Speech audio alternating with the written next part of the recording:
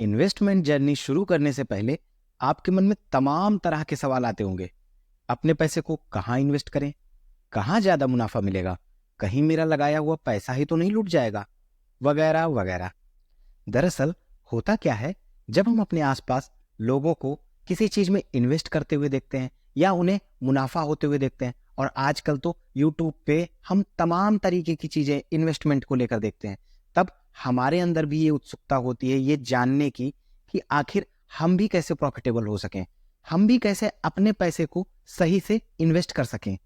सो आज मैं आपको बताने जा रहा हूं कुछ इसी तरह का एक अजीबोगरीब लेकिन बेहद जरूरी सवाल जो कभी मेरे दिमाग में भी आया था और जिसको जानने के बाद मेरे इन्वेस्टमेंट को लेकर बहुत सारे डाउट्स क्लियर हो गए थे।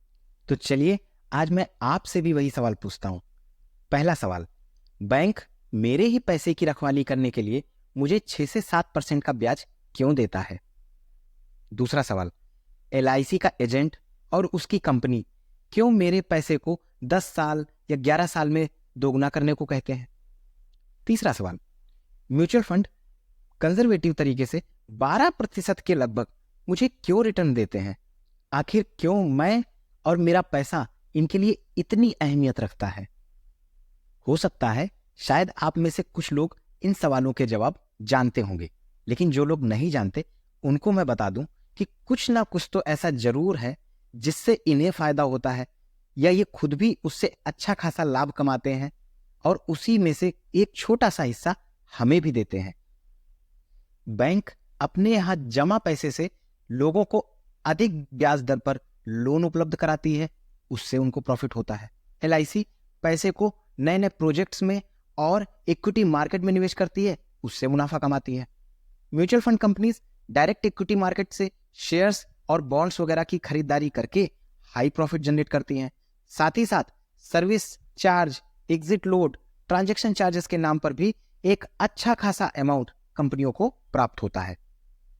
चूंकि ये सभी संस्थाएं नियमों के अंतर्गत ही काम कर रही हैं, तो इसमें कुछ गलत भी नहीं है। लेकिन जरा सोचिए, जहां पर हम अपने पैसे को इन्वेस्ट करके आने वाली महंगाई से लड़ने की तैयारी करते हैं, वहीं पे हमारे ही पैसे की बदौलत कितने बड़े बड़े कारपोरेट हाउस अच्छे से रन करते हैं और उनके ऊपर महंगाई का कभी भी कोई असर नहीं पड़ता है। इसलिए जब भी हम अपने पैसे को कहीं पे इन्वेस्ट करें या किसी स्कीम का चुनाव करें, तो हमें मार्केट की अन्य स्कीमों के साथ उसकी तुलना अवश्य कर लेनी चाहिए। साथ ही साथ उस पर मिलने वाले इंटरेस्ट और स्कीम के टर्म एंड कंडीशन की गणित को भी अच्छे से समझ लेना चाहिए। जैसे कि कोई पैसा आपको 6 महीने बाद जरूरत है, आज वो आपके पास है, उसे आप किस में इन्वेस्ट करना चाहेंगे? क्या आप उससे शेयर मार्केट में, म्यूचुअल फंड में इन्वेस्ट करना चाहेंगे, या आप उस पैसे को FD करना चाहेंगे जिसे आप तुरंत पा सकें? तो इस तरीके से सवालों को आप अपने सामने रखकर अपने आप से पूछ सकते हैं और आसानी से किसी भी स्कीम का चयन कर सकते हैं। आशा करता हूं आज का कंटेंट आपको काफी पसंद आया होगा। कमेंट में मुझे आपकी प्रतिक्रियाओं का विशेष रूप से इंतजार रहेगा। अगर आप हमारे प्रयास से संतुष्ट हैं तो कृपया चैनल को सब्सक्राइब करिए। आपकी कमाई के लिए, अपना वक्त निकालने के लिए आपका बहुत बहुत धन्यवाद।